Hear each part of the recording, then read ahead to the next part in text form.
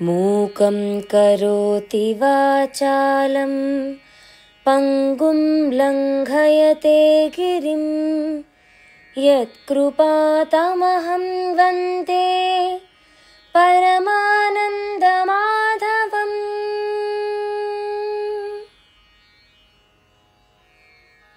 अधरं मधुरं वदनं मधुरं नयनं मधुरं हसितं मधुरम्।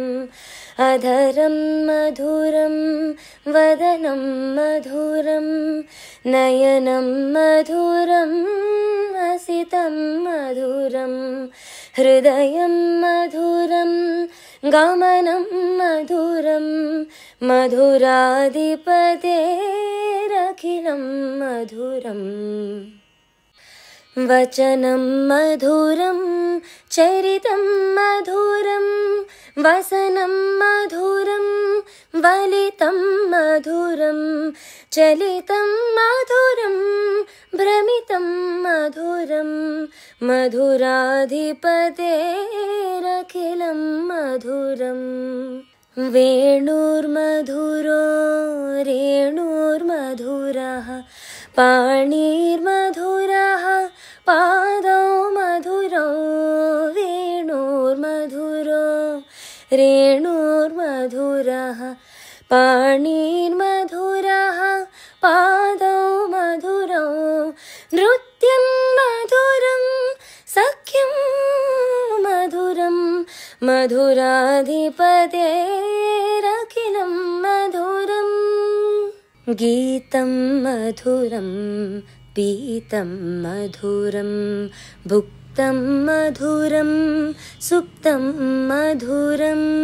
गीतं मधुरं पीतं मधुरं भुक्तं मधुरं सुप्तं मधुरं।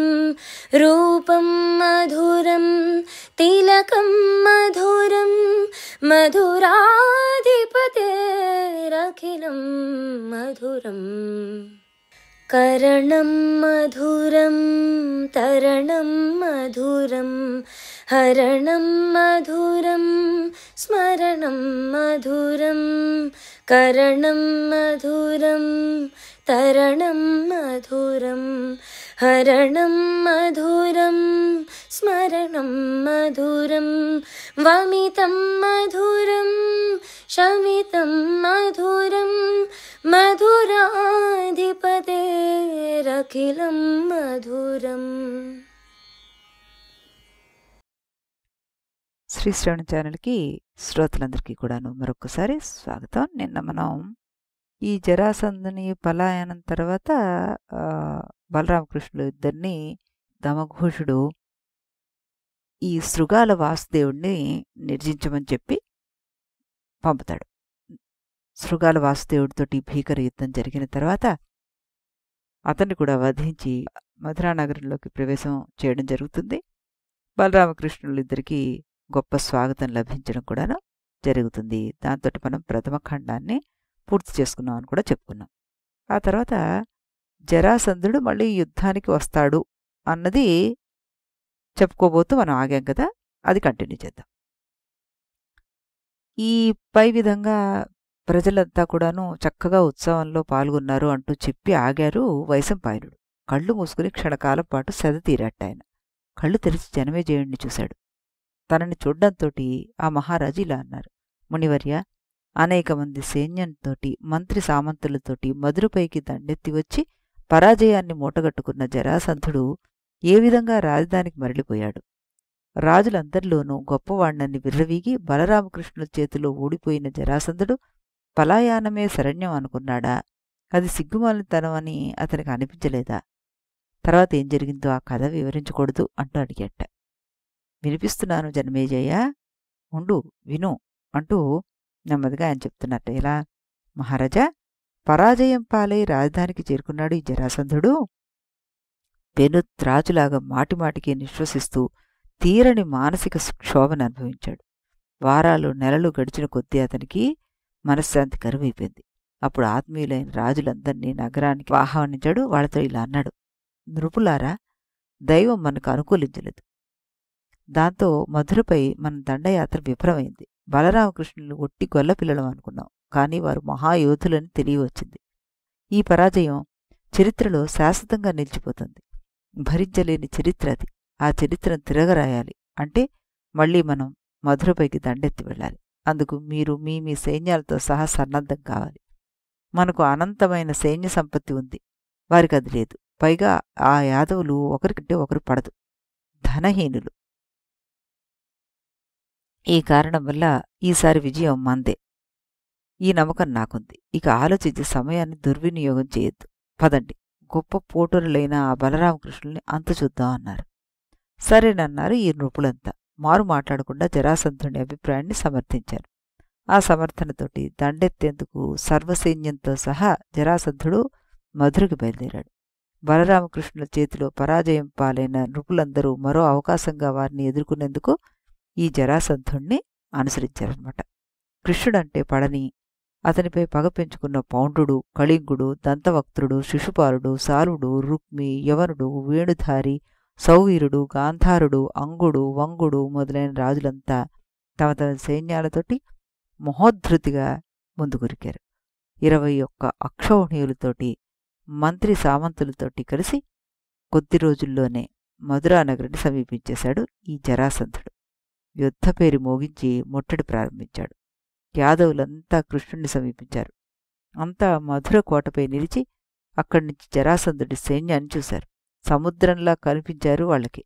భయభ్రాంతులైపోయారు. ఇది గమనించాడు కృష్ణుడు. సన్నగా నవ్వాడు.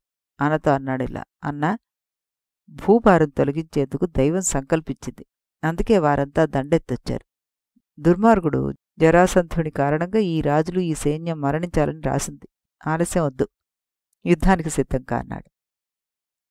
అదే సమయంలో జరాసంధుడు యమునా తీరం అంతటా సైన్యానికి విడుదలు ఏర్పాటు చేశాడు. రాజులందరినీ పిలిచి ప్రత్యేక సమావేశం నిర్వహించాడు. నృపులారా, గాలి కూడా ప్రవేశించడానికి వీలు లేకుండా ఈ పట్టణాన్ని మనం ముట్టడించాలి. మీరంతా మీ మీ సైన్యాలతోటి అందుకు సిద్ధం కావాలి అన్నాడు. వీరభటులను చూశాడు. మెచ్చుకోలుగా నాయకులు భుజాలు తెరిచి ఇలా అన్నాడు. పెద్ద పెద్ద గొడ్రాళ్లతోటి, గుణపాలతోటి కోటగోడలు భేదించేసేయండి. బాణాలు, తోమరాలు, శక్తులు, గదలు నిరంతరం ప్రయోగించి దుర్గంపైన ఎక్కడా మనిషి అన్నవాడు కనిపించకుండా విజృంభించేయండి. ఈ ఏడాదిలోగా పట్టణం మొత్తం నేలమట్టమైపోవాలి అంటూ హెచ్చరించేసరికలా సరేనన్నారు వాడంతా కూడా. జయజయధ్వానాలు చేసేసి ముందుకు నడిచారు.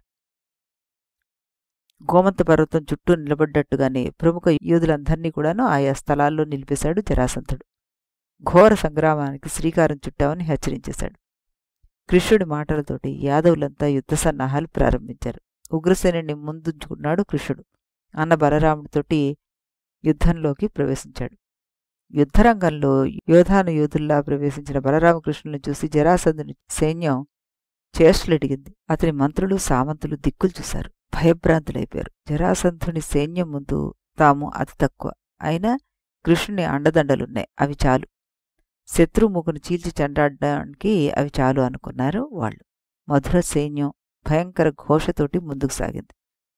రథంపై గరుడ పతాకం, చేతిలో శంఖచక్ర గదాయుధాలు ఇవి కృష్ణుణ్ణి అలంకరిస్తే అతని రథాన్ని చూసేందుకు కూడా భయంగా ఉందిట వాళ్ళందరికీ. ఆ భయంలో కృష్ణుడు శంఖాన్ని పూరించేశాడు. ఆ ధ్వనికి దశ దిశాంతరాళం గజగజలాడిపోయింది. నాగలి, ధనస్సు ధరించి బలరాముడు మహోత్సాహంతోటి శత్రుసైన్యంలోకి చొచ్చుకొచ్చేశాడు.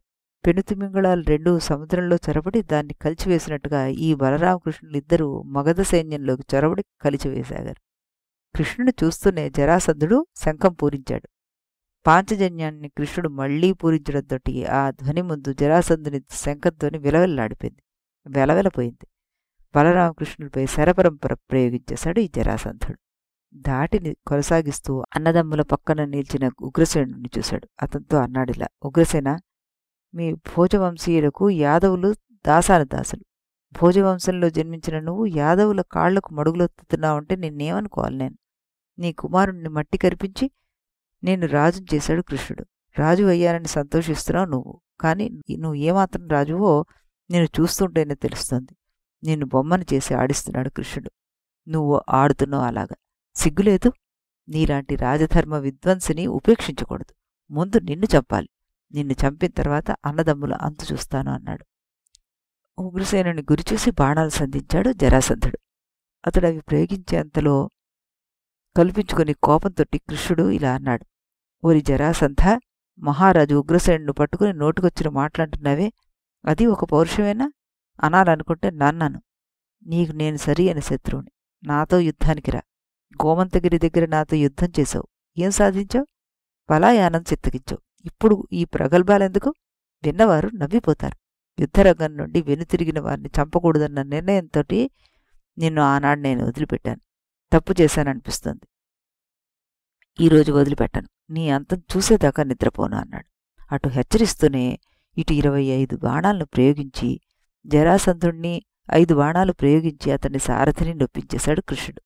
తర్వాత మరి 2 బాణాలు తీసుకుని అతని ధనస్సును కేతనాన్ని ముక్కలు చేసేశాడు. రెచ్చిపోతున్న కృష్ణుణ్ణి అడ్డుకున్నారు కౌశిక చిత్రసేనులు. వారిద్దరూ జరాసంధుడికి అడ్డంగా నిలిచి కృష్ణుని ఎదుర్కొన్నారు. నిరంతరము శరప్రయోగం చేసేశారు. కౌశికుడు 3 బాణాలను ప్రయోగించి బలరాముడిని గట్టిగా నొప్పించాడు. దానికి బలరాముడికి చెప్పలేనంత కోపం వచ్చేసింది. ఒకే బళ్ల బాణాన్ని ప్రయోగించి అతని ధనస్సును 2 ముక్కలు చేశాడు. ముక్కలైన ధనస్సును చూస్తుండగానే వాడివాడి శరాలను ఒక్కసారిగా కుప్పించేశాడు. వస్తున్న బాణాల నుంచి తప్పించుకుని వీలు చేసుకుని మరో ధనస్సును అందుకున్నాడు కౌశికుడు. బలరాముడిపై ఎడతెగని బాణాలను ప్రయోగించాడు. అతనికి తోడైనాడు ఈ చిత్రసేనుడు. ఇద్దరూ కలిసి బలరాముడిని నొప్పించసాగారు. ఇటు బలరాముణ్ణి కౌశిక చిత్రసేనులు ఎదురిస్తుంటే అక్కడ జరాసంధుడు పుంఖానుపుంఖాలుగా ప్రాణాలు ప్రయోగించి కృష్ణుని గాయపరిచి గొంతెత్తి గర్జించాడు. జరాసంధుని గొంతుని విజయోత్సాహంగా భావించాడు కౌశిక చిత్రసేనులు. వారు కృష్ణుడిపైన శరప్రయోగాన్ని చేసి మళ్లీ గర్జించారట. కృష్ణుడు ఆ గొంతుకులకు బెదిరిపోలేదు, అదిరిపోలేదు. ముగ్గురిని 3 కరకు టమ్ములతోటి బాధించాడు. జరాసంధుని చూపు ఉగ్రసేనుడిపై పడింది. చిచ్చర పిడుగుల్లాంటి బాణాన్ని ప్రయోగించి గాయపరిచాడు అతన్ని. ఆ గాయాన్ని లెక్క చేయలేదు ఉగ్రసేనుడు. ముసలివాడైనా సరే ప్రజ్వరించాడు. 75, 9 బాణాలను వేరువేరుగా ప్రయోగించి యాదవ వీరులు ప్రశంసలు అందుకున్నాడు. జరాసంధుడు ఈసారి 10,000 బాణాలను ఒక్కుమ్మడిగా ఉగ్రసేనుడిపైన ప్రయోగించాడు. అది చూసి ఆకాశంలోని దేవతలు ఆశ్చర్యపోయారు. అయితే ఉగ్రసేనుడు ఏమాత్రమూ చలించలేదు. పైగా బళ్లబాణాన్ని ప్రయోగించి జరాసంధుని విల్లుని తుత్తునీల్ని చేసేశాడు. ఆ పరాభవాన్ని తట్టుకోలేకపోయాడు జరాసంధుడు. కోపోద్రిక్తుడై ప్రచండమైన బాణంతోటి ఉగ్రసేనుడి గుండెను గాయపరిచాడు. ఉగ్రసేనుడు విలవిల్లాడిపోతుంటే వరుసగా బాణాలు ప్రయోగించి అతని రథాస్వాల్ని కూల్చేశాడు. వాటితో పాటు ఉగ్రసేనుడి వింటిని రథకేతనాన్ని చీల్చాడు. బలరామకృష్ణ సమక్షంలో నిరాయుధుడుగా నిల్చున్న ఉగ్రసేనుడు ప్రాణాలు దక్కించేందుకు అక్కడి నుంచి దూరంగా తొలగిపోయాడు. ఉగ్రసేనుడు అలా తొలగిపోవడాన్ని విజయంగా భావించి కౌశిక చిత్రసేనులతో సహా అమితోత్సాహంతోటి బలరామకృష్ణుని ఎదుర్కొన్నాడు ఈ జరాసంధుడు. 3 బాణాలను ప్రయోగించి అన్నదమ్ములిద్దరినీ నొప్పించి విజయశంఖం పూరించాడు. ఆ దారుణ ఘాతాలకు రోషించాడు కృష్ణుడు. 100 కొలది బాణాలను ప్రయోగించి శత్రువులు 3 నొప్పించేశాడు. ఆ దాడి చూసి జరాసంధుని సైన్యం వణికిపోయింది. అంతలో బలరాముడు అందుకున్నాడు. 5 బాణాలను ప్రయోగించి ఇటు కౌశిక అటు జరాసంధుల్ని నొప్పించాడు. మరికొన్ని బాణాలను ప్రయోగించి చిత్రసేనుని విల్లుని విరిచేశాడు. అలాగే అతని అశ్వాలను కూడా కూల్చేశాడు. అశ్వాలు కూలిపోయినా విల్లు విరిగిపోయినా చిత్రసేనుడు అధైర్యపడలేదు. పరిఘాయుధాన్ని తీసుకుని ప్రత్యర్థి మీదికి లంఘించాడు. వస్తున్న చిత్రసేనుణ్ణి నిరోధిస్తూ బలరాముడు అనేక బాణాలను ప్రయోగించాడు. చిత్రసేనుణ్ణి చిత్రవధ చేస్తున్న బలరాముణ్ణి ఎదుర్కొన్నాడు ఈ జరాసంధుడు మధ్యలో. అతని వింటిని ముక్కలు చేసేశాడు. అది చూసి జరాసంధుడికి జేజేలు పలికింది సైన్యం. జరాసంధుడు అంతలోనే గదను చేపట్టి బలరాముని అశ్వాలను మోది హతమార్చేశాడు. ముసలాయుధంతోటి బలరాముడు తిరగబట్టాడు. ద్వంద్వయుద్ధం చేశాడు అతనితో.